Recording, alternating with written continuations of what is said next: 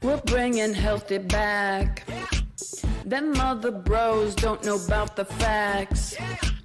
Hello, everyone, and welcome to the Magic of Metabolic Health podcast, where optimized metabolic health is our goal, and we are here to get you there.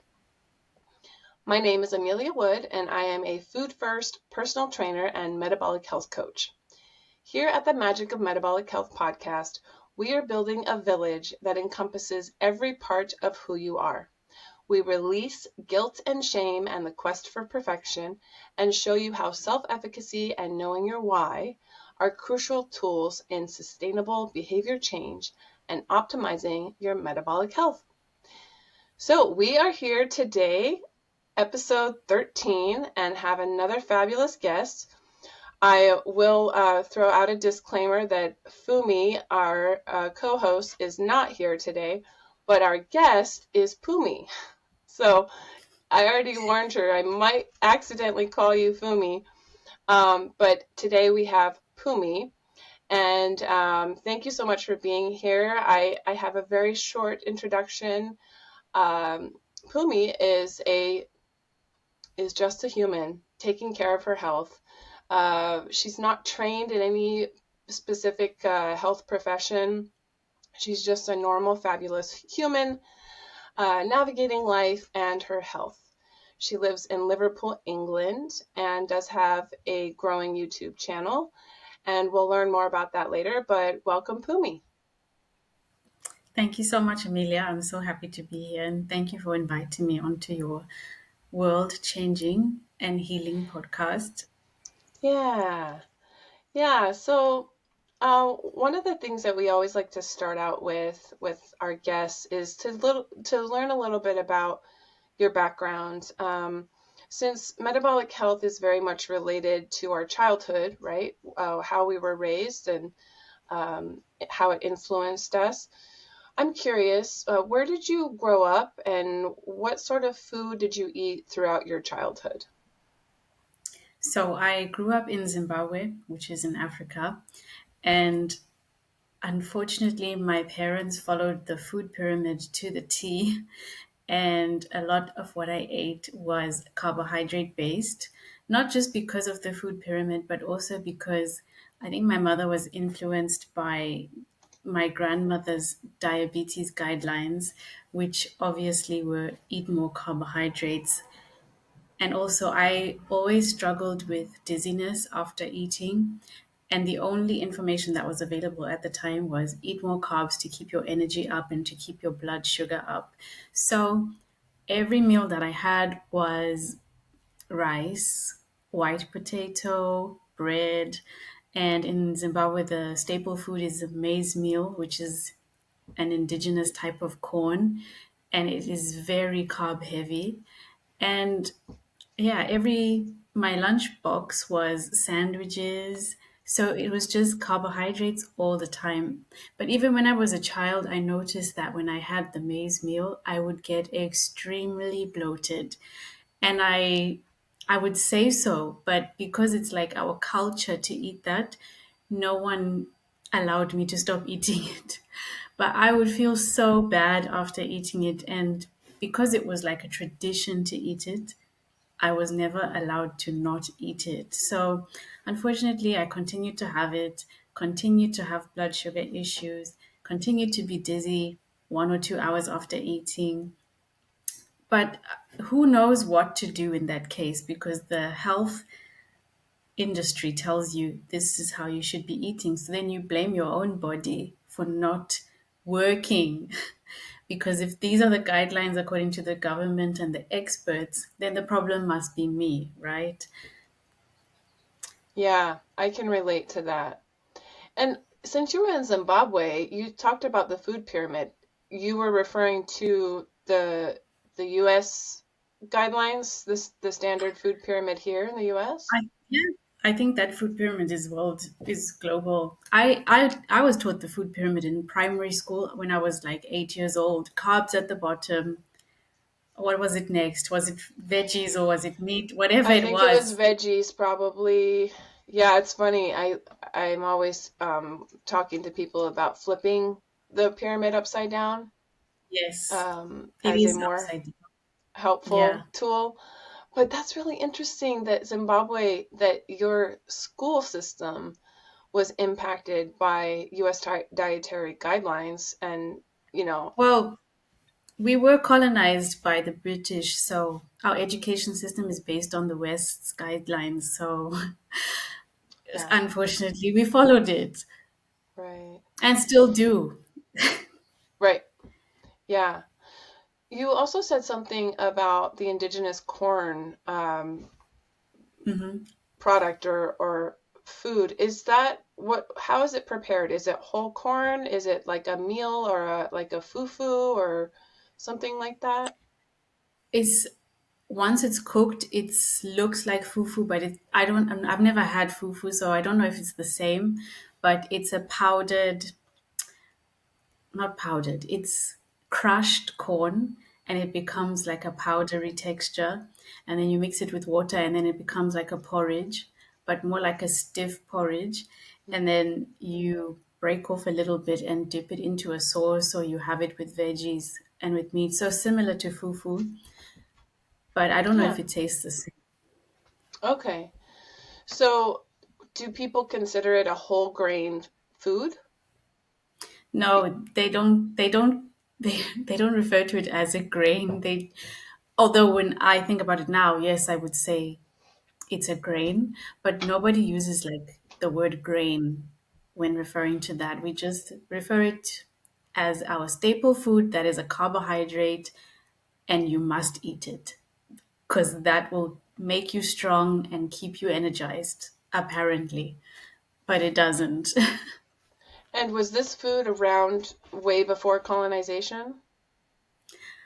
um, I think if it was a less refined version. I think the version we have now is more refined and artificial because there is a brown version of it.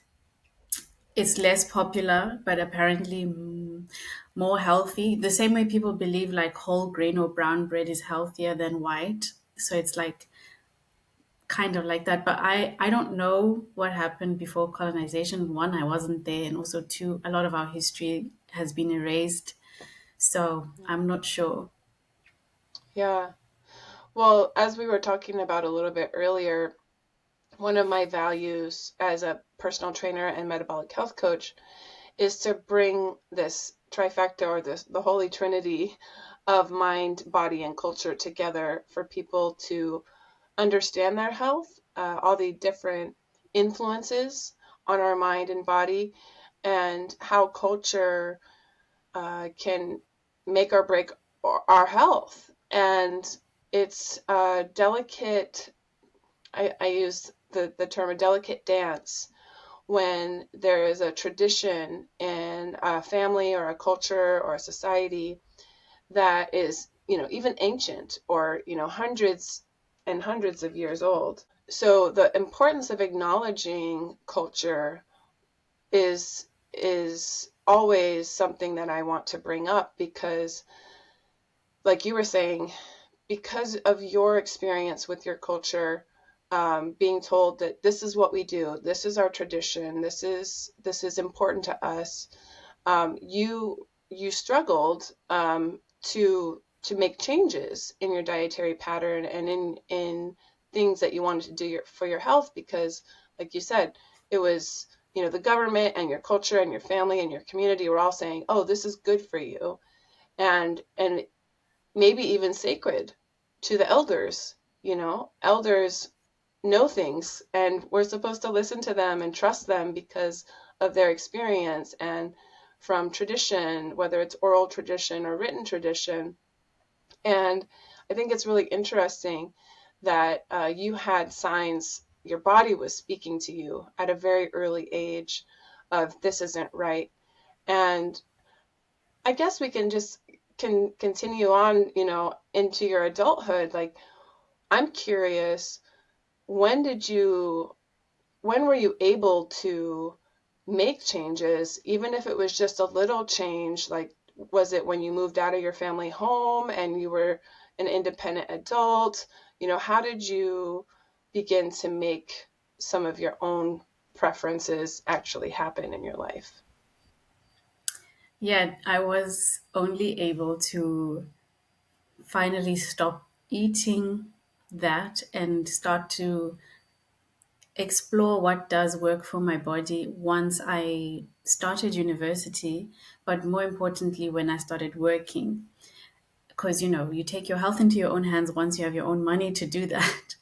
So when I started working, the first thing I did was to visit a dietitian because I was tired of this thing of being dizzy all the time and, being afraid to faint a few hours after eating. I was like, there has to be an answer. What am I doing wrong? So I started to see different health professionals. And although they didn't have the right answers, that was my way of getting to the bottom of it. And it's now 2025. And that process I started in 2015. And only 10 years later do I now know how to prevent that. But I'm still grateful for the journey because I've learned so much.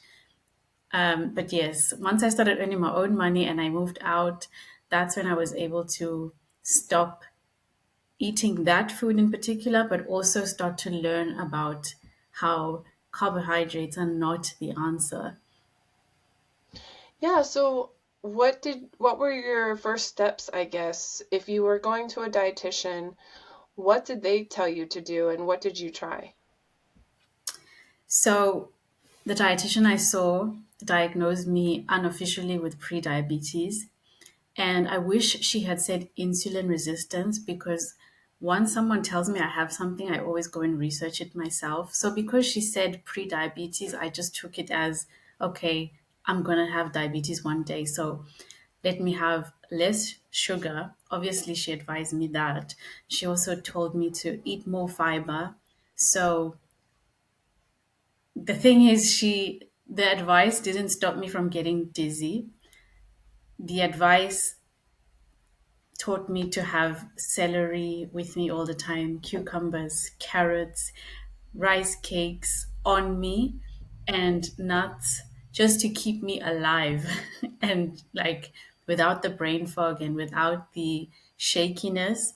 So I didn't have a cure after seeing the dietitian, but that was the information she had because sometimes people don't know what to say, but that's the information they have. So yes, it helped in terms of I knew what to eat to prevent getting dizzy, but it didn't solve the problem. It was still happening, and it's very inconvenient to have to carry food around with you, and also it's actually embarrassing because no one else was doing that.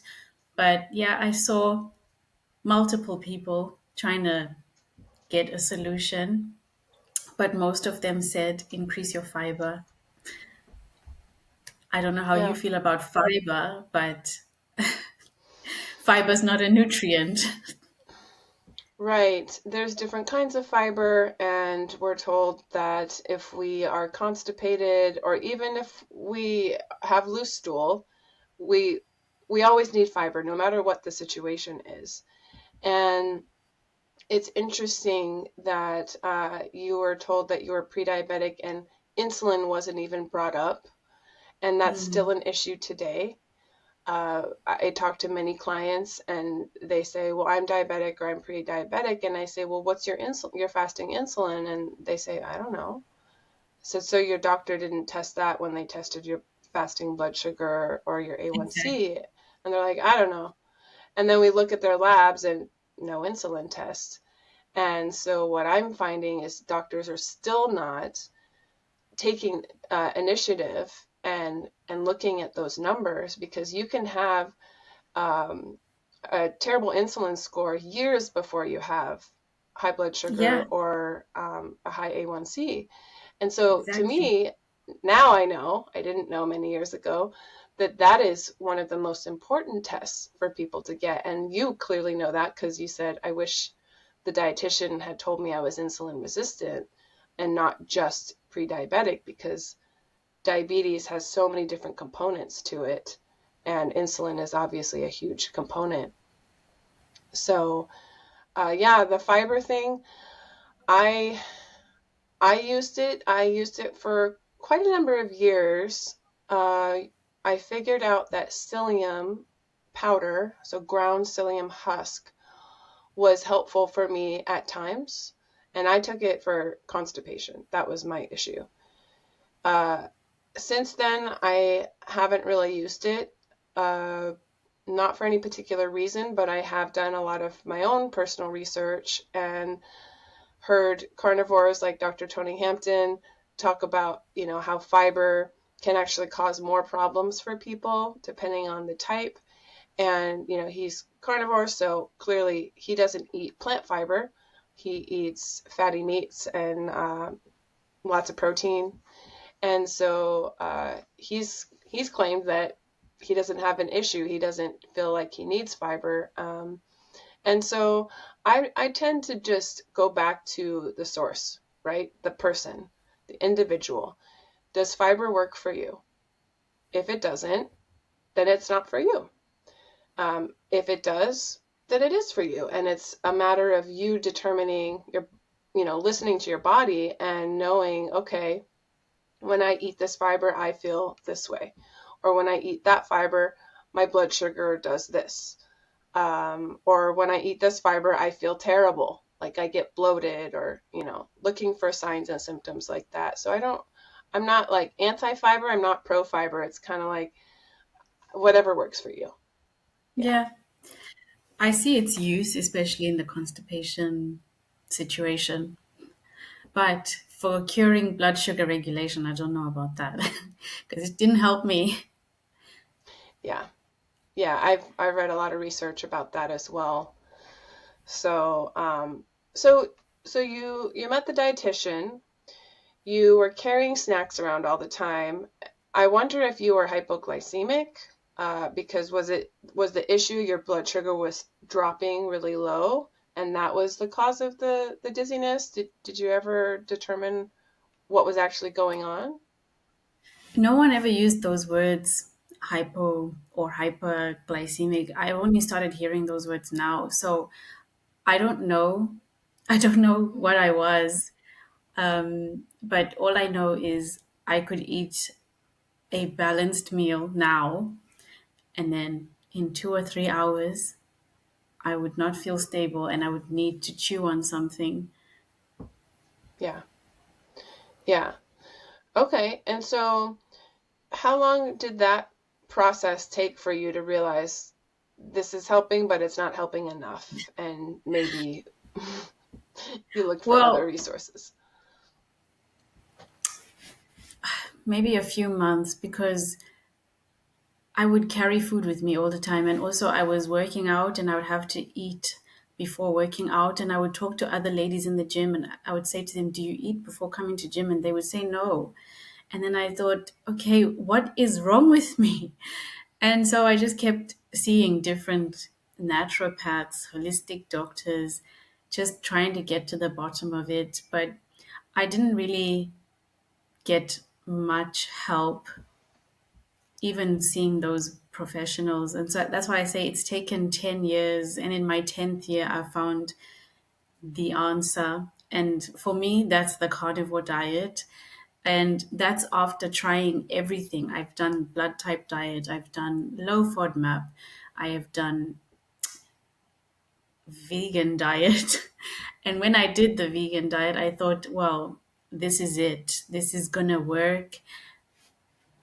But it didn't work. And my measurement of something working was not only my blood sugar, it was also, is my menstrual cycle improving? I didn't mention it, but since I had my first one, and unfortunately I had it very early, I had it at age 10, it was always painful. And even in these 10 years and even before, I've always wondered what is wrong with me, what's going on. And I've noticed that the less carbohydrates I eat, the less painful my cycle is. And I never knew that that was the key because no matter what paper you read, no matter whose YouTube video you watch, no matter what research you do, there's no one who has ever said eat low carb to have a less painful cycle. So I can't believe that this was the answer. And the vegan diet didn't get me there, though I thought it would, because, plant based is apparently the key to everything. But it wasn't, and it actually made it more painful. And I think I gave myself PCOS through the vegan diet, because vegan diet is veggie heavy, but also very carbohydrate heavy. So I was relying on potatoes, sweet potato, white potato, beans, which are actually more carbohydrate than protein, in my opinion. So that was very carb heavy, but I didn't realize. And now I realize, but after going vegan, I'm now the absolute opposite spectrum, and I now eat meat only. And that's what has helped me. So, but who would have thought? Yeah, well, I can relate as far as being vegan. I was vegan for 7 years. And before I was vegan, I was vegetarian for 4.5. So I didn't eat meat for A long 11 time. years, a long time, over a decade. And it ended terribly. I've been told that I just did it wrong, and that's why it Ah, didn't work. I was actually told by a personal trainer that I did it wrong, and he didn't know me. He knew nothing about me. But he had just gone vegetarian and was talking about how, and it was funny because he didn't even know anything about me and was like very open out of nowhere, just said, "Oh, by the way, people told me that if I went vegetarian, I would lose muscle mass." And he immediately flexed and he's like, "I haven't lost any muscle mass." And so we started this conversation, and I told him how I was vegan, and he's like, "Yeah, you just did it wrong. A lot of people do it wrong." Now, he's not vegan, but he is vegetarian, plant-based. And so it was a really interesting conversation because I was sharing, my symptoms. I had chronic fatigue. I was anemic. I had gone to naturopaths and doctors. They just said, eat more apricots and spinach oh my to, gosh. to get that iron. They said, you don't have to stop being vegan. Luckily, my B12 was fine. I never had to get B12 Wow. injections. But my iron was terrible. And then when I finally started to eat fish, because I was living in Italy and all I could have for food was like vegetables or pizza, like bread, as a vegan. Because back then there wasn't a lot of alternative stuff available, especially in Italy. And so I've told this story before. I won't go into it, but my first animal sourced meal was in Italy after 7 years of being vegan, and it was a little can of tuna that I put on my salad. And anyway, it was like the angels Heaven. coming down from heaven, infusing me with this energy that I had missed and Wow. lacked for years and years. And I had no idea because I was told veganism is good. You don't have to stop being vegan. You just have to do it differently. And, I took the iron supplements and all that, and it never did anything. So it's really interesting that you were kind of told the same thing, even though you're on the other side of the planet. Um, and we were still fed the same information from the very well-meaning holistic healthcare professionals. And, I appreciated their insight because I honestly didn't want to stop being vegan. I had ethical reasons, not that I thought it was wrong to eat animals. I just didn't want to support the factory farm industry and, just all the terrible things that happen to animals in the processing process here in the US. And so it was more about that. I mean, I had tried meat once or twice that my uncle had shot, in the woods, like deer meat once, and because he was very sensitive. I won't get into that. But anyway, so what a journey, right? We we we don't know each other, but it sounds like we have some similar experiences with the healthcare systems and advice that we've been given. And so you talked about how you went carnivore, and can you define what a carnivore lifestyle is for you specifically? Okay. So I'm only about 4 months in, and I'm still learning, but I think I found my groove now. So to me, carnivore lifestyle is that you focus on fatty ruminant meat most of all. The ruminant is the beef and lamb, for example, or bison if you're in the US.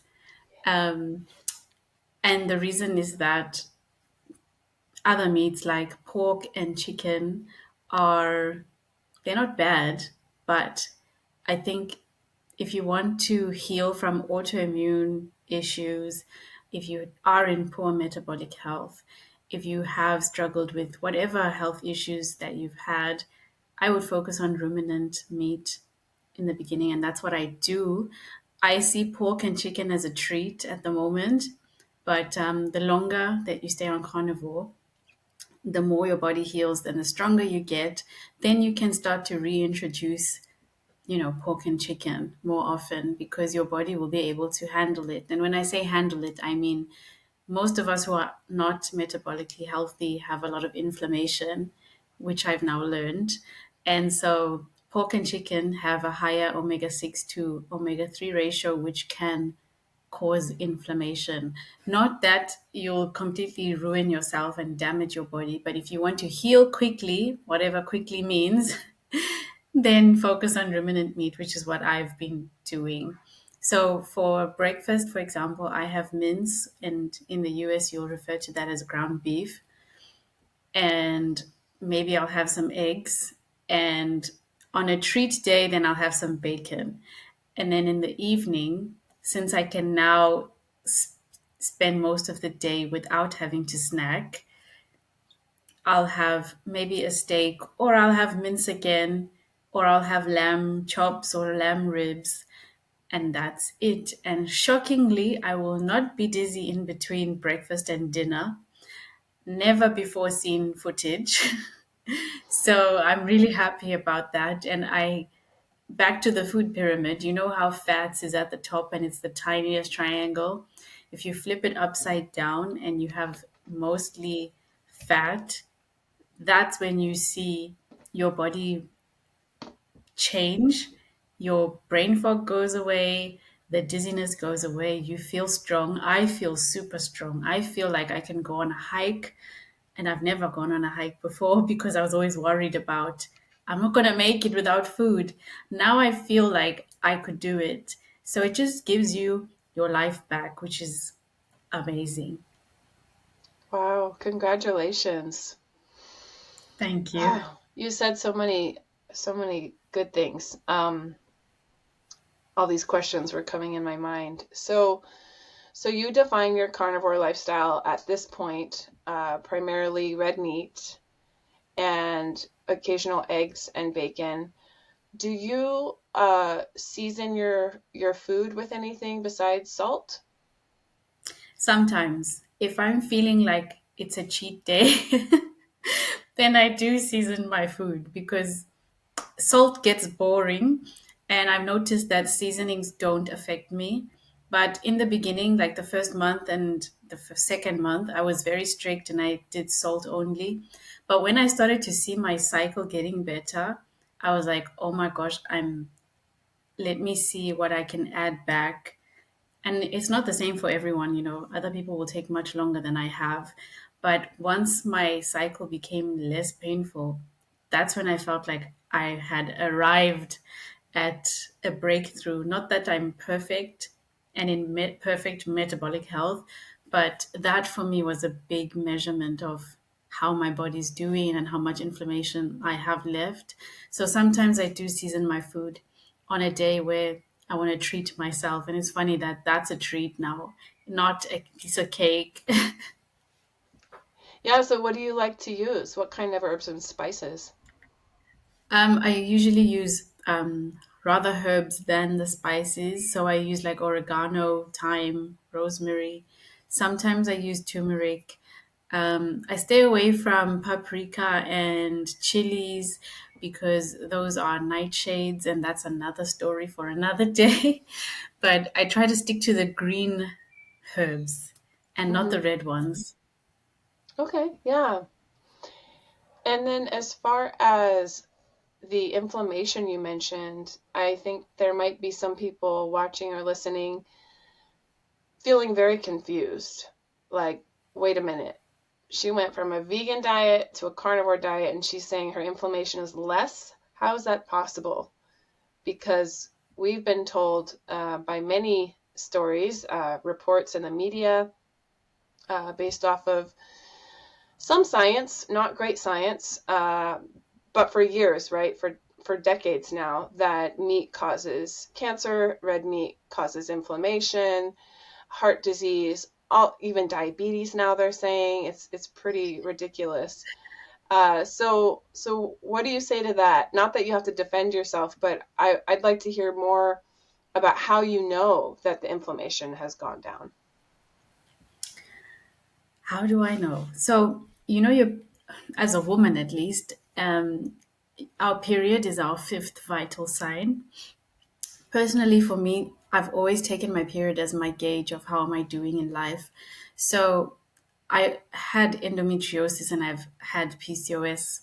And 3 months into carnivore, I didn't have pain on my cycle. That stabbing pain and I used to have a pain that would travel around my body. Just, it was so bad. And by the third month, that was gone. And I don't have a better indicator that the inflammation is gone because my stomach would also get so big during my cycle. That's a sign of inflammation, an obvious one.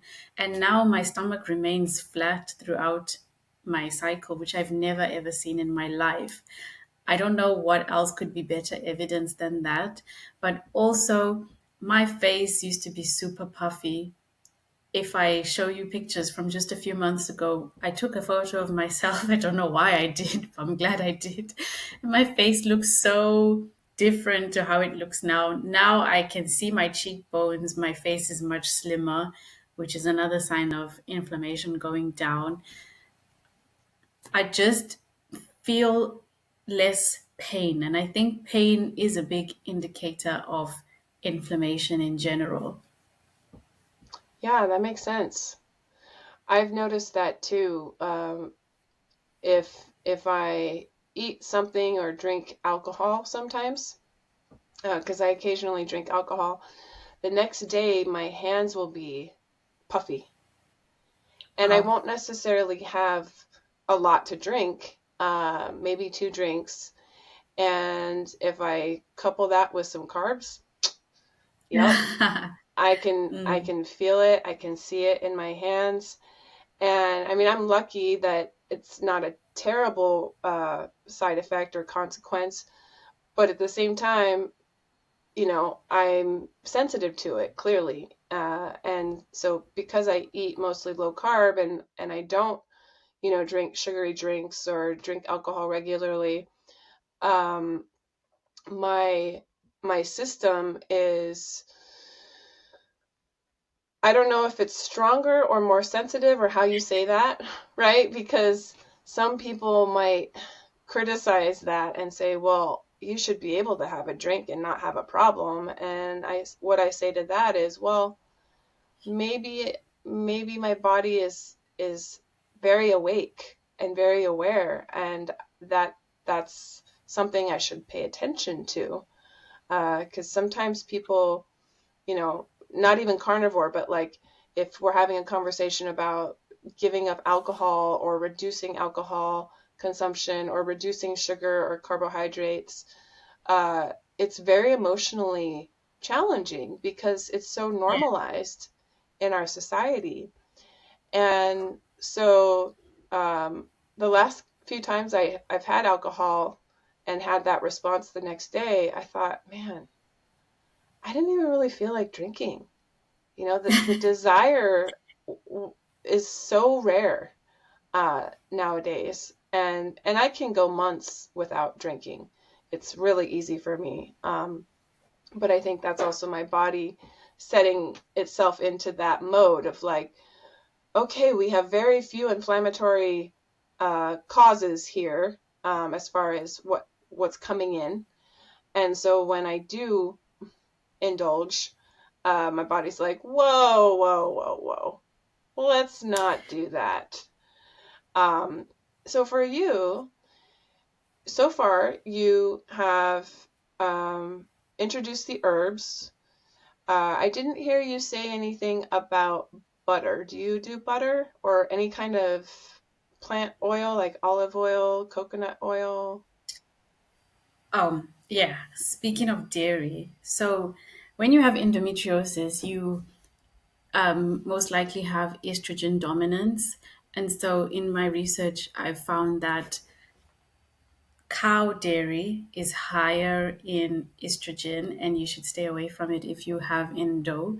And so in the beginning, I was having cow dairy like butter, only butter actually.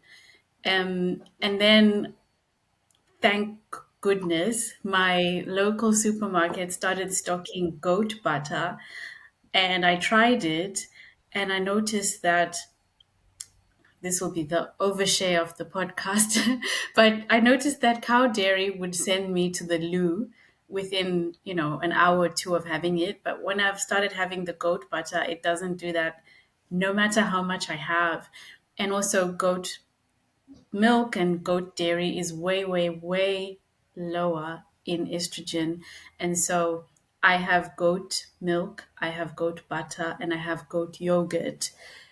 I was saying I'm really, really glad that they started stocking the goat butter, the goat yogurt, and the goat milk because doing carnivore without dairy is really difficult.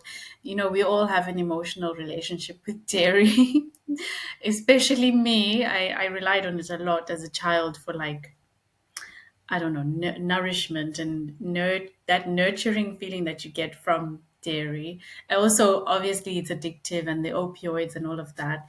But yeah, that's what I do now. I have goat dairy. It's way less inflammatory. It's got way less estrogen, and I'm really thankful that I have access to it.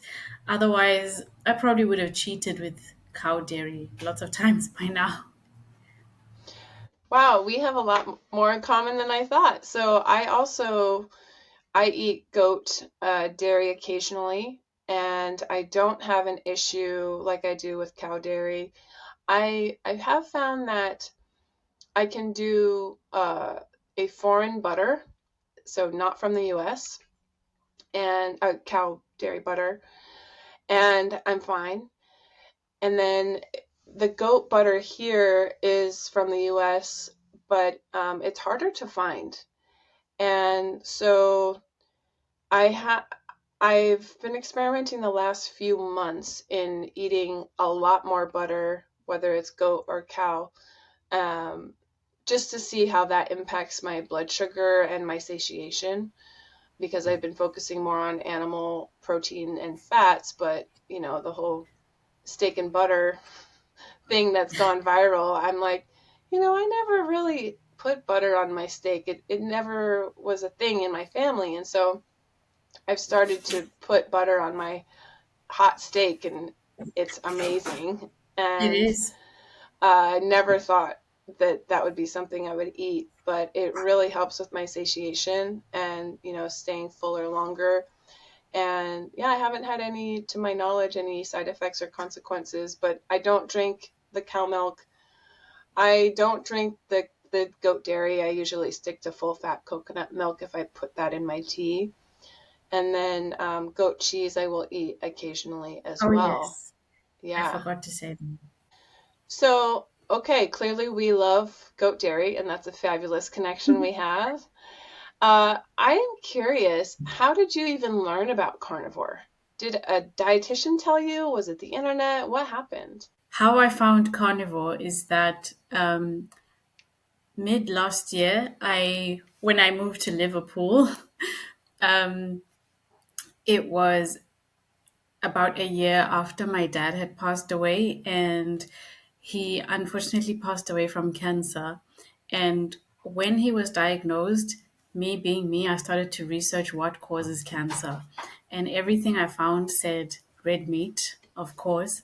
And all the guidelines were that anyone who's diagnosed with cancer should have fruit, have vegetable smoothies and, a plant-based diet, which is actually what inspired me to go vegan. So it was about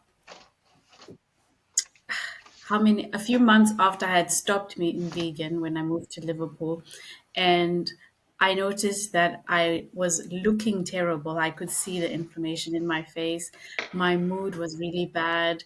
I'd gained a lot of weight.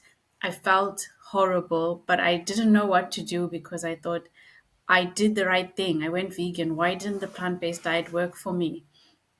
And so a friend of mine suggested one more holistic doctor to me, and I thought, okay, I need help. I'll reach out to this person. Unfortunately, that holistic doctor put me on a new diet that he called the anti-mold diet, and that diet was to cut out red meat, to cut out carbohydrates, to include fruit, and to have lots of veggies, and to make chicken my main source of protein. I tried it. I gave it a good 1 or 2 months. I felt the same. I didn't lose any weight. Nothing much changed. And then I thought another diet failed. Okay. Then I Can, thought, well, can I ask you a question? So you were told to eat low carb, but you were told to eat fruit. What kind of fruit? oh, any fruit. I think the only fruit I couldn't eat was bananas and mangoes. I don't really remember the Almond. rest. Okay, yeah, those are really high in sugar, but um, that to me that doesn't work together if you Yeah. say low carb and then eat a bunch of fruit. Yes, it didn't make sense. Exactly. And that is exactly how I had this epiphany because I realized, why is this not working? I'm eating healthy fruit and I'm not eating carbs. And I promise you, one day I was in the grocery store and something told me to stop buying fruit as I was about to buy it.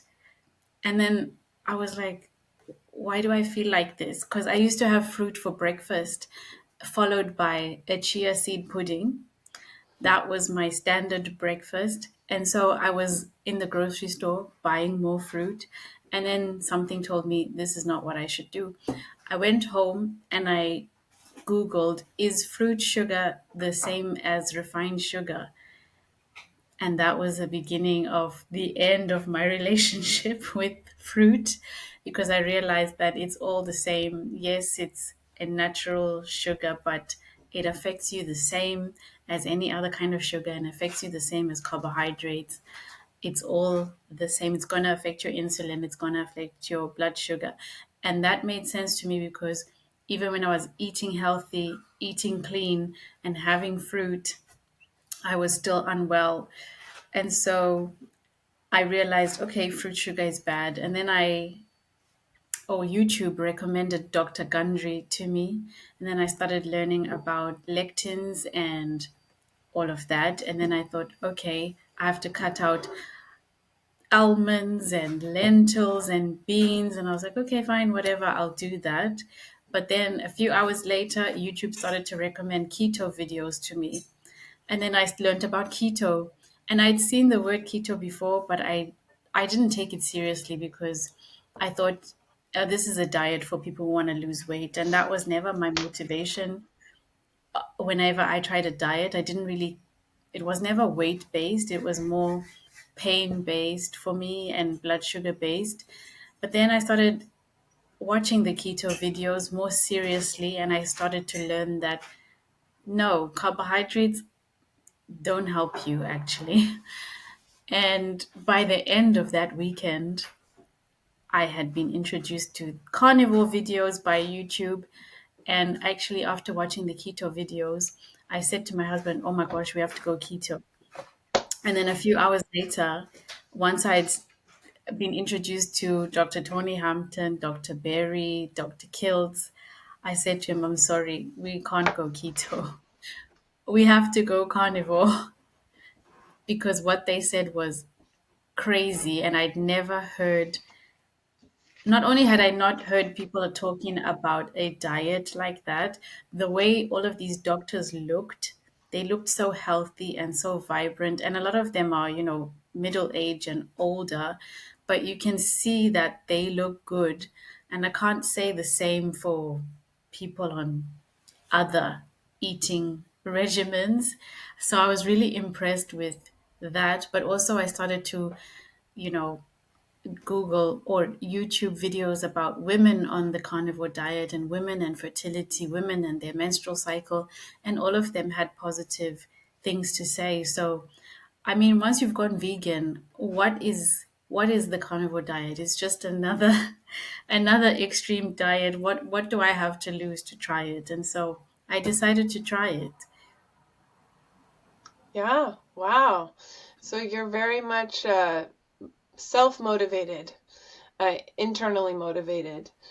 And that's great that you took the time to find resources and support and, even, I guess testimonials and other people's stories who've struggled with similar things. And that's something that I hope we're doing here at the Magic of Metabolic Health is bringing in any kind of human, whether you have a degree in nutrition or you're just navigating, your metabolic health, really providing important stories and hope to people that, if you think you're doing everything right or you've been told you're doing everything right and it's just a genetic issue or bad luck or age, a lot of times people say, oh, I'm getting older, I just can't digest things anymore. It's just the way it is. Mhm. And I think your story, Phumi, and I think of Dr. Tony Hampton again too, who had all these conditions, IBS, gout, and he is a doctor, and yet he wasn't able to get the help he needed for many years. And so the more we share our stories, the more I think we can build a community where we have like-minded folks, uh, even if it's just about health, right? Um, and we can support each other in the knowledge we have, but also our own experiences, because I think the N equals one concept is really powerful. And I don't ever say to a client, oh, well, I did it, so you can do it that way. That's not what I mean. What I think is really powerful is sharing those stories and then encouraging my client or a friend or a family member to make their own story, to build their own story with, trial and error, elimination.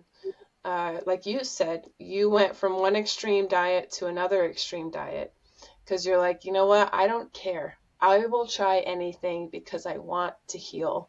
I want to be, I want my body to be at peace.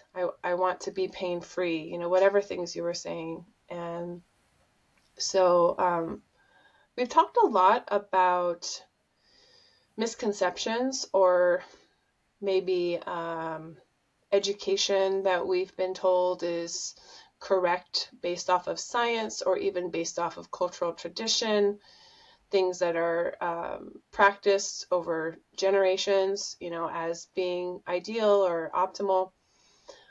What would you say is the biggest misconception around nutrition or healthy eating that you had for years and years?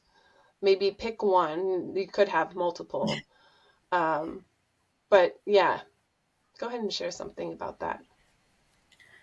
Um, Well, since I was trying to heal my menstrual cycle for so long, when I realized that I had endometriosis, and I did my own research all the time, the one thing that every endo doctor, every endo influencer says, even now, is that if you have endo, stay away from red meat.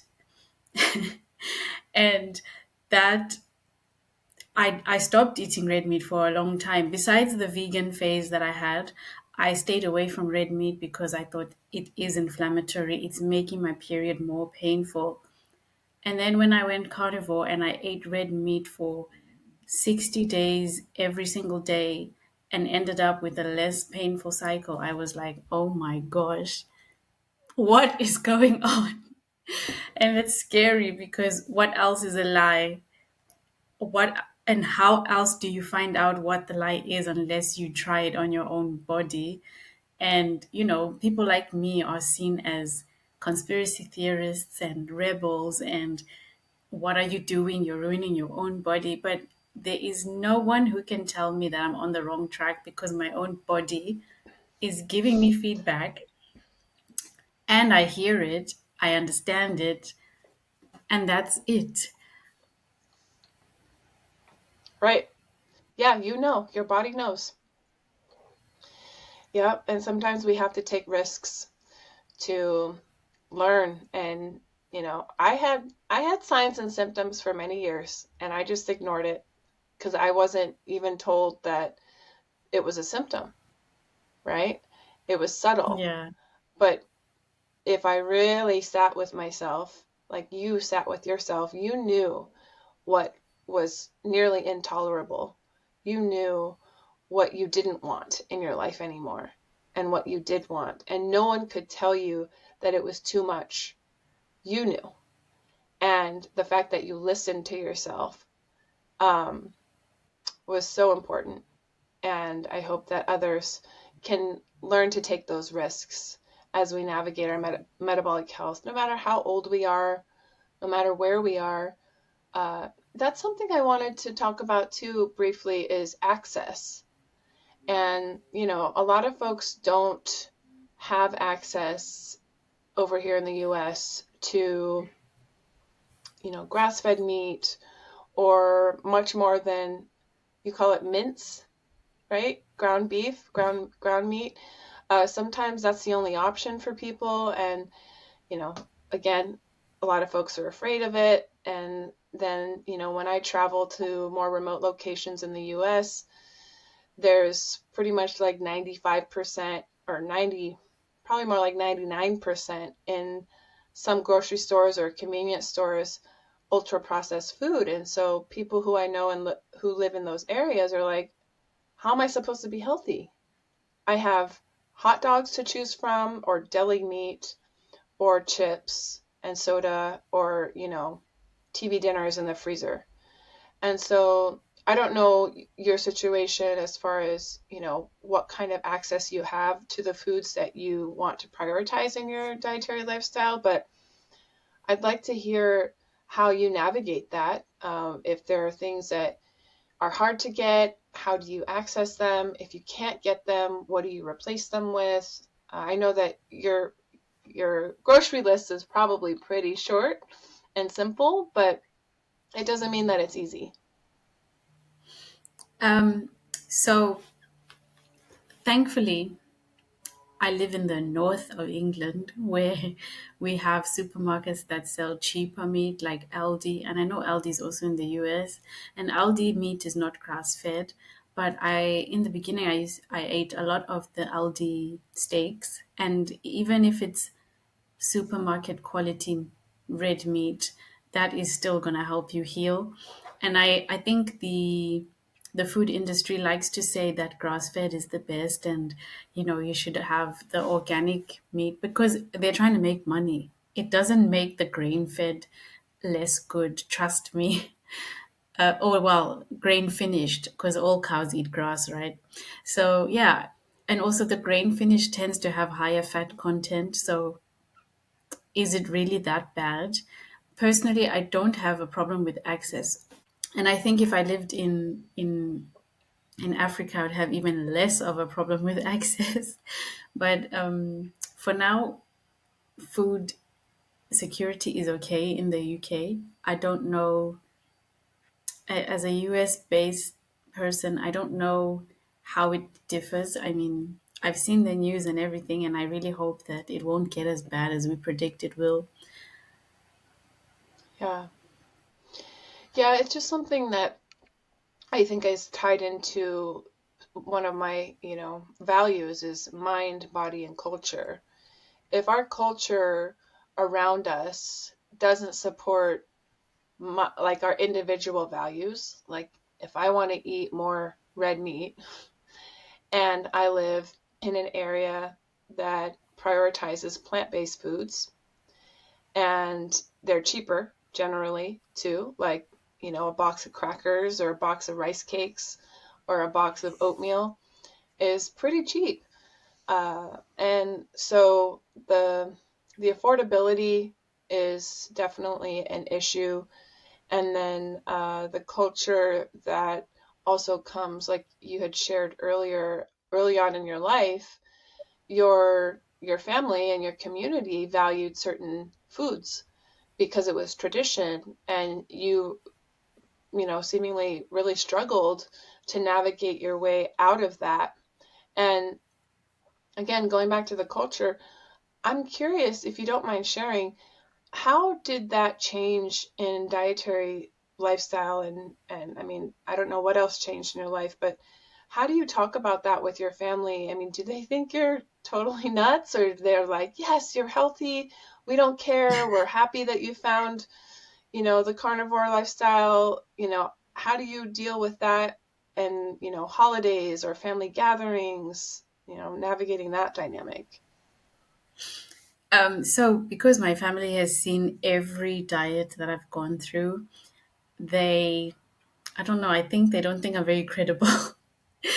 Because I've always been trying something and I'm chopping and changing, but that's because I was trying to learn my own body. And the funny thing is, now that I've found something that actually works for me, I haven't told them that I'm carnivore at all. So nobody knows. The only person who knows is my husband. I haven't even told my friends because I don't know how to bring the conversation to them. How do I say, oh, guys, I was vegan, but guess what? Now I eat only meat. It's just, I don't know where to begin. And I don't want to present the information until someone asks me, like, what's going on? Has something changed? Because I see a lot of change. I don't see how they wouldn't see it.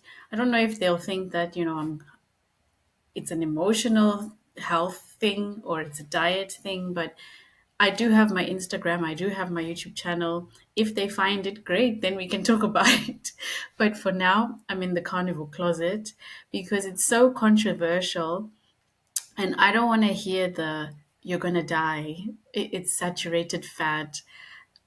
I told one person, one friend of mine, that I didn't say I'm doing the carnivore diet. I recommended it to them because they were going for surgery and I knew they would need healing and, they'd have a lot of information. And the first thing she said to me was, that is a very dangerous diet. And so I thought, okay, it's not everyone who's going to have fertile ground for me to bring this up. And when I went vegan, I got a lot of backlash, and I guess I'm scared of the same thing happening again. Although this is a very different experience, I have evidence this time that it's working. But yes, I'm in the carnivore closet. Like many other carnivores, it is very controversial. Wow. Wow, that's incredible because you're all over social media and YouTube. I mean, obviously you're here and on this podcast, and I haven't done anything that's gone viral, but anyone can see and hear and listen to the work that you do and the work that I do. And wow, that's really got my gears turning, thinking about how you're in the carnivore closet and you're here on a podcast and you've been on so many podcasts. And I I mean, know. if I think about my parents, they're on Facebook, but I'm not really on Facebook. And sometimes things transfer over, from Instagram, but they miss so much of what I put out there. And honestly, they might not know about this podcast if I hadn't told them. Yeah, So it's hard I to know. believe.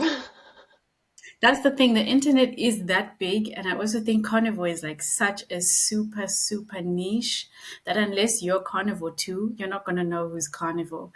But I always feel like whoever is ready to receive the message will receive it, and whoever is ready to become carnivore will find my page.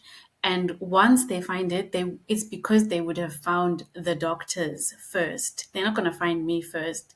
And by the time they find the doctors, they would have been convinced that it's the right thing to do. I don't know if I would be able to convince them that it's the right thing for them. And it's not the right thing for everyone. But I'm just saying that I think it's better for someone to be introduced to carnivore by the doctors, because they are doctors. Yeah. And I tell people that my doctor says blank, and it's true. Now, one of my consulting doctors is Dr. Phumi Awayami, who is our co-host here. And she's board certified. She is employed. She identifies as a metabolic health specialist. And so when I share certain things with people, usually people I don't know, I will totally say, yeah, my doctor says that carnivore is perfectly healthy. My doctor says that low carb is good. My doctor says that I need to get my insulin checked every year, because she says that, not just to me, she says it to all of her patients if, it comes up. But I think that hearing it, for example, the Society of Metabolic Health Practitioners, I don't know if you're familiar with them, SMHP, they have built quite a global network of metabolic health practitioners. And I'm on their site. I have a profile there. And Tony Hampton, Ken Berry, all the peeps are there. And it's meant to be a resource for folks to say, look what we have. We have board certified, current in practice, endocrinologists, family medicine, dietitians, personal trainers, coaches that have legitimate credentials. They have legitimate training, and they're here for you. Anyone can access it. You can find out if they work virtually, if they're in your hometown, or if they're nearby where you live, because it's a global network. And so I think that network, and I'll put it in the show notes, is a great place for people to start if you are looking for a doctor that would support you in doing a non-traditional dietary pattern like carnivore or low carb or keto. And so, but Phumi, I want to give you some credit, because I don't know how I stumbled upon you, honestly. It's hard to remember when you get introduced to someone online, when videos are just, scrolling. But I was very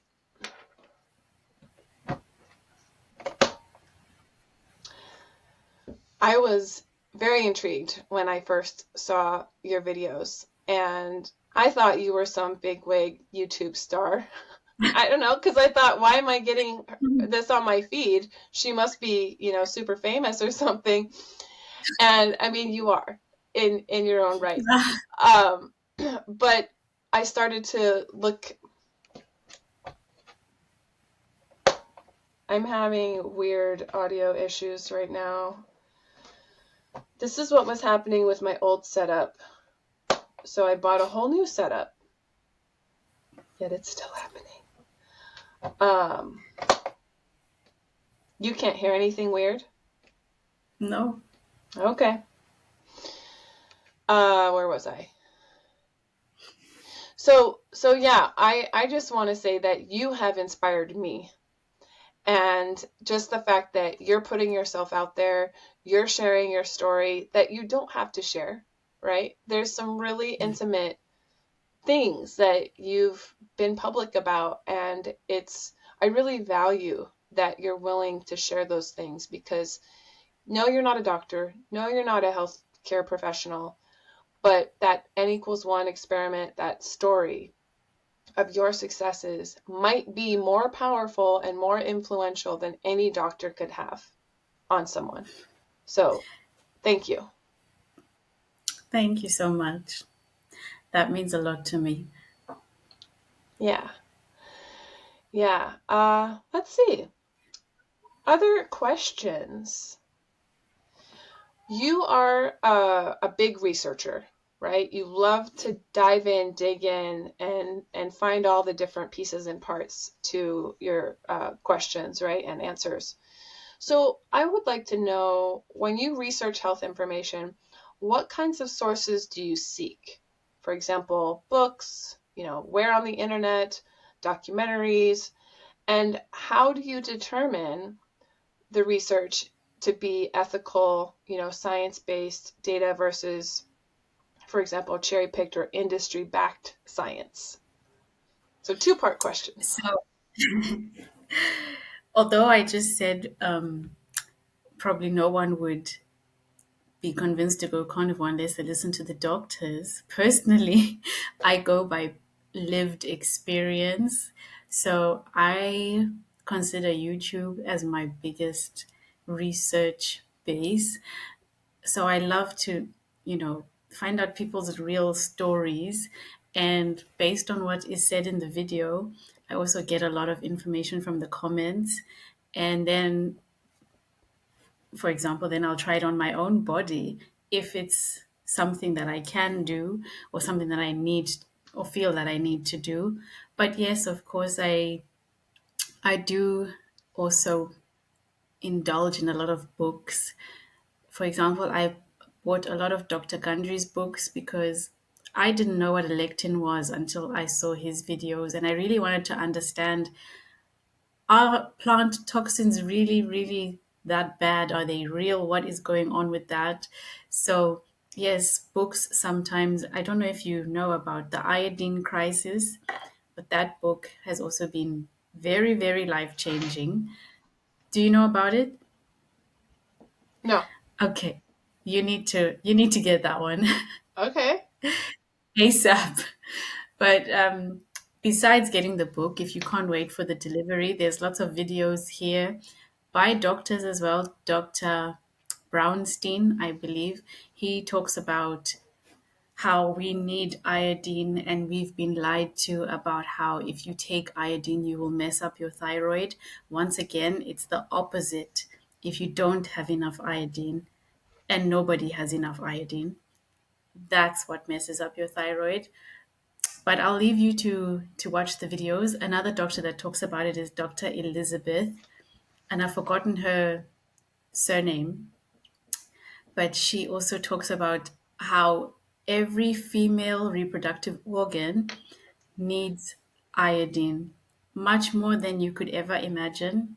For example, if you have a cystic fibrosis in your breasts, which a lot of women do, yes, it's benign, but it shouldn't be happening. That is an iodine deficiency sign. And personally, I took iodine for 4 days and my cysts disappeared. So please read the book and watch the videos. But yeah, most of my research is online. I don't read the publications and the, what did you call them? The studies? The studies. I don't read those. I never liked reading stuff like that at school. So I guess that has continued.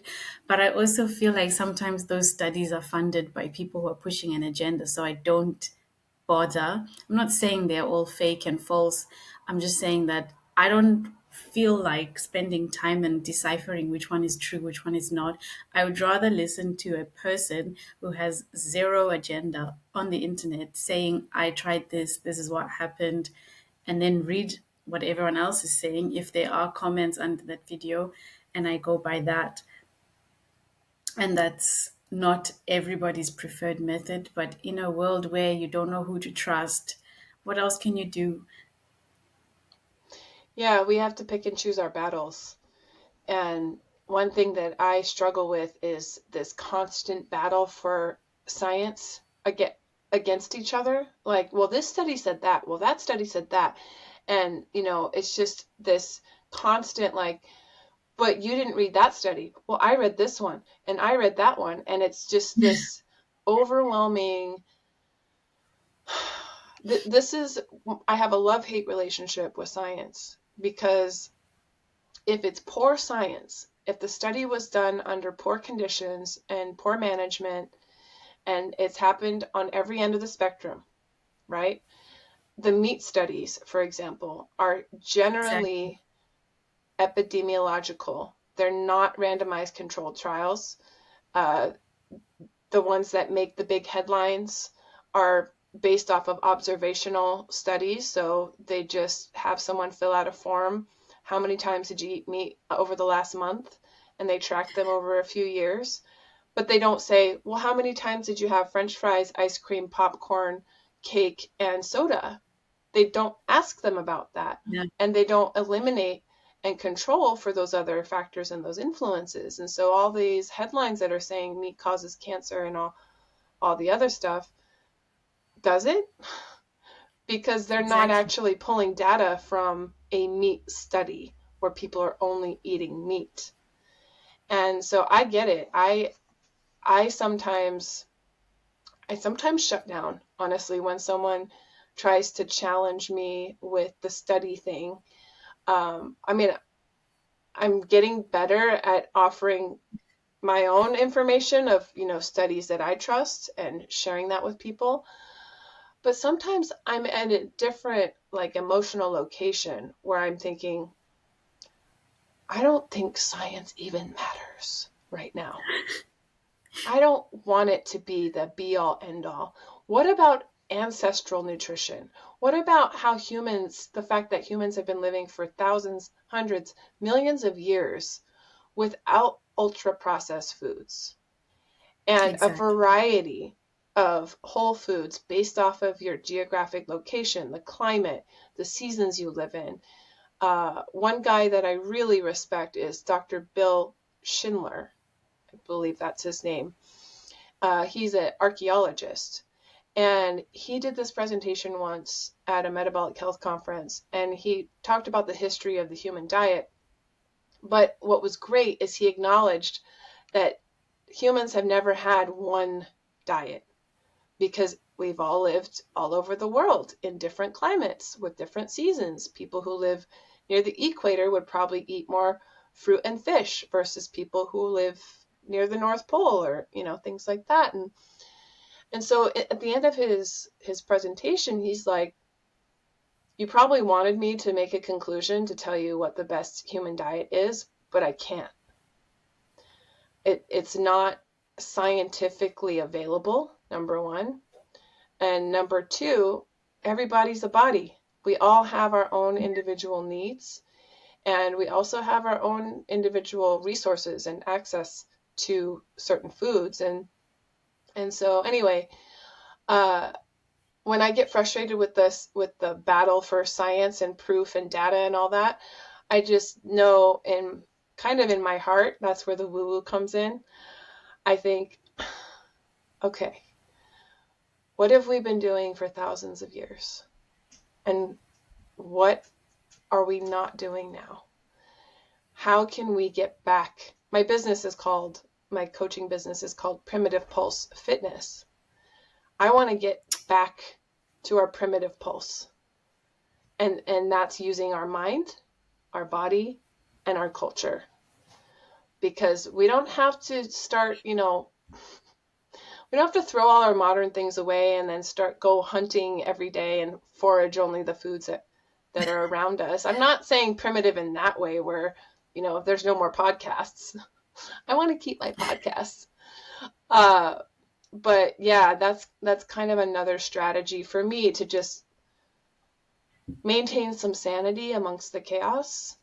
And that's why I asked you, how do you decipher research and how do you determine what works for you, and how do you determine what risks you're willing to take? Like you said, with your family, you're concerned that they're going to judge you because you're eating saturated fat and red meat, and emotionally you're like, I don't want to deal with that. So if they find out, they find out, right? And because it's been such a short time, I guess you haven't experienced Christmas or a big holiday yet. But That's another thing. do you have a plan? Like, what are you gonna do around Christmas or a big holiday that you guys celebrate? So the last Christmas in December, I had just started trying carnivore. It wasn't like I wasn't fully in, but on Christmas Day, I had lots of family around me. And because they had seen me vegan before, they were happy to see my plate full of meat. They were happy to see that. They just didn't take it as she's only eating meat. They didn't realize that this is what I do every day. They Right. just thought that's my Christmas Day plan because it's Christmas Day. So Yeah, the next time I see them, they'll notice again, oh, she's eating meat again only. And I guess that's when the questions will come. yeah. Well, good But luck with that. I'm okay with them finding my page. But I'm not okay with me saying, hi, I'm carnivore. Jump on carnivore too. I don't want to do that again because I did that when I was vegan and it wasn't very good. Didn't go down well. Yeah, yeah, I appreciate that. So, speaking of, you being on YouTube and things, tell us a little bit about your channel and what is it about? I know it's called Carnivore Cutie. What do you do on your channel? So I started the channel because I love to share. And I guess it was also to keep myself accountable and also to track my progress because it's such a controversial diet. I thought, well, if this works, it'll be a great testimony for anyone who's curious about the diet. And also, I enjoy making videos in general. I have another YouTube channel which is a secret to the carnivore community. It's a much bigger channel and it's a different part of my life. It's more about trauma and emotional healing. So it's completely unrelated, but I feel like that part of my life ended. And so when I started the carnivore journey, I thought, oh, I now have a new outlet for my creativity. So that's what inspired the channel. And I just share, what I eat, what's going on, what I've healed this month, what I've discovered this month, um, any major changes. I just hit the 90-day mark, so I'm going to upload a video about that soon just to have an overall view of what has happened in 3 months because so much has happened, not just health wise, mentally, emotionally, but another thing that struck me recently was my fashion sense has changed because of carnivore, which is I never thought that would happen, but I feel much more confident to try different kinds of fashion trends and styles that I never would have thought could try before. Not only because my body looks better, but I also feel more confident. And people talk about that happening on carnivore, that you feel more self assured. And so somehow that has translated into my fashion sense. I haven't heard anyone else talk about that, but I bought new clothes recently and they're all things that I've never ever even considered wearing before. And I tried them on and I felt like a new person, honestly. And I can't believe that I can wear these things now. Wow. Well, again, congratulations. Jeez. I mean, just sharing your story continues to be, or hearing your story that you're sharing continues to be really meaningful to me and inspiring. And yeah, keep doing it. Keep doing it. Thank you. Thank you so much. So we've been talking for a long time. We thought maybe it'd be a short conversation, but we had a lot to cover. But just a couple more things. So what's next for you? Where do you see yourself in, I don't know, a year? What do you think is going to happen? What do you want to happen? I was thinking about this myself because I didn't expect to have so many positives happen in such a short time on this journey, and I'm very excited to see what what will have happened a year into it because every person who is carnivore says that it gets better the longer you are on it. And that is true. I've noticed that for myself. I cheated the other day and I had pickles and I had popcorn, and I noticed, yes, just like you, my joints got more painful, but the recovery was much quicker than in the past. So you'll feel the pain, but it won't last as long. And I'm excited to see 1 year in, what will I be able to cheat with that won't affect me that much. Not that I would ever go back to ultra processed food, but I'm excited to see how strong my body is going to get. And that's also something that I want to document. I want to see how, I started working out just a few weeks ago, and my endurance and my ability is much better than it's ever been before. And I used to go to gym all my 20s, but I just feel so much stronger now, and I definitely don't get dizzy anymore. So I'm excited to see how good my body can get. I want to be in tip top physical, not just physical health, but also aesthetically. I want to see what my best body looks like. And, as my cycle heals, I'm excited to see how that will affect my fertility. And yeah, that's one of my goals, just to have a absolutely painless cycle with zero PMS. I think I'm going to get there sooner than maybe even this month, who knows. But yeah, the longer I'm on it, the more the benefits. And I'm excited also to see who else I'm going to meet. People like you are now like my lifelong friends for sure. Um, yeah, there's so many. The carnivore community is very supportive, and I have friends all over the world already. And that didn't happen with my other channel, I'll tell you that. Yeah. Yeah, it's a sign. It's a good sign. Yeah, you're doing the good stuff. You're following your heart. You're sharing your passions, your skills. So, one more question. One of the things we incorporate, or we're trying to be more consistent about with the podcast, is specifically addressing behavior change in every episode. And so, to kind of close our conversation, I'd like to ask you, so if there's someone watching right now or listening, and they're like, okay, I'm ready. I want to make a change. Can you share maybe about, not necessarily your first step, because I know you've had a lot of, in a way, first steps, like start over, didn't work, start over, didn't work, but share a memory or something from your journey around specifically behavior change. In other words, what was or is currently your why? Why do you do what you do? And how do you keep your choices, your daily choices, in line with your health goals? Because behavior change is hard. I think the thing that we have to know first is, why do we want that change? And you've already shared a lot about that, the why, but that why is supposed to, I say with my clients, it has to be like your ride or die bestie.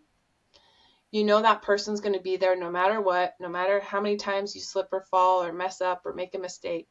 And so your why has to be equivalent to that sort of unbreakable bond. Again, we're not seeking perfection, but we need something to ground us, to root us in our process of behavior change. So can you share one aspect of your journey around your behavior change and health? So I always say I think it's easier to make and stick to a decision like this when you are coming from a place of pain or a place of sickness and you want to be healthy. But at the same time, there's a lot of people who are in pain and they're in poor health and they don't make any changes. And so I think it's more of a psychological, mental, emotional thing. I think you have to love yourself enough to know that you deserve to feel good. If you don't believe that you don't deserve to be in pain, you're not going to make the change.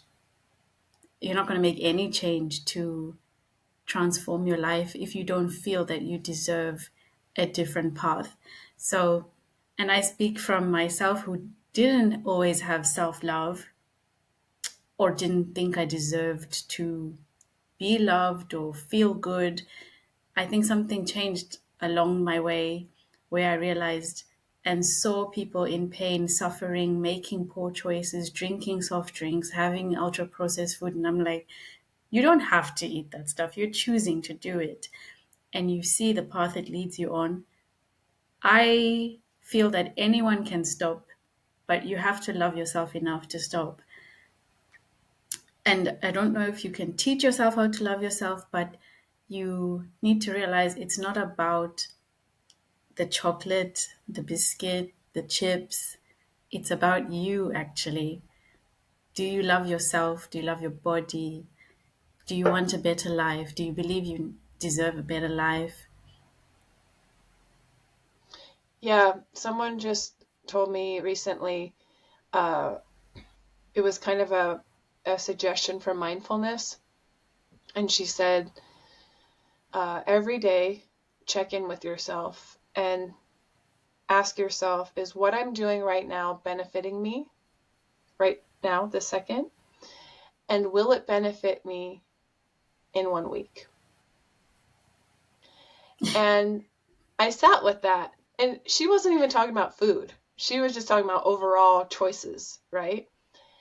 And I've been starting to use that, just reflecting on my choices, whether it's behavior, emotional things, like when I'm stressed out, is the stress really helping me right now? How can I manage or respond to the stress differently? Because in a week, I know the stress isn't going to help me, right? And then it can be applied to dietary lifestyle and, like you were saying, just being aware of the food that you're eating and does it serve you? Does it serve your best self? And, that might take some therapy too for people.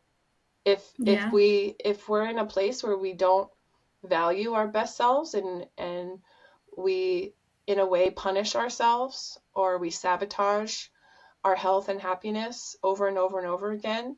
I've said it before, don't be ashamed of therapy. It's very accessible these days. You don't even have to leave your home sometimes. There's even phone lines that you can call, phone numbers. You don't even have to go on Zoom or anything anymore. But yeah, thank you, Phumi, for sharing that experience for you around behavior change and finding your self-love and manifesting it continuously and helping it grow through your efforts and your consciousness. I think that's a really powerful lesson for a lot of people. It is for me. And thank you for calling me your lifelong friend. That feels so good. This is Yeah. our first time ever kind of talking face to face, so to speak, and I've had such a good time. And I think we'll definitely meet in the flesh sometime. We will. I think you will come to me. I'm not coming there. Okay, actually, that is totally fine with me. I have plans in the works to return to the European continent, so I will have to hit you up when I finalize those plans. Yes. Anytime. Great. Thank you so much. I've had the best time and I've learned so much from you. And thank Thank you you. for healing the world for real because metabolic health is everything. It is. It is the key. Yeah.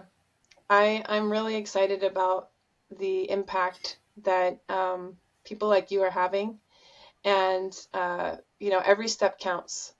Every podcast, every video, every post on social media, everything matters and everything will have an impact, especially when we're living our highest truth, right? So, well, thanks again for being here. And then I want to thank our listeners. Thank you so much, everybody, for being part of our village today. And this was episode 13. If you have any questions for Phumi, we will be sure to link her YouTube channel in the notes. And what's your Instagram, by the way? It's Carnivore Cutie 8. 8, like the digit 8? Yeah. Okay, Mhm. great. So follow Phumi on Instagram and YouTube, and maybe we'll do some collaborative video shorts or something. That would be fun. But yeah, so thanks everybody for being here. Thank you for being part of our village, and we will see you next time. Thank you. We're bringing healthy back. Them other bros don't know about the facts.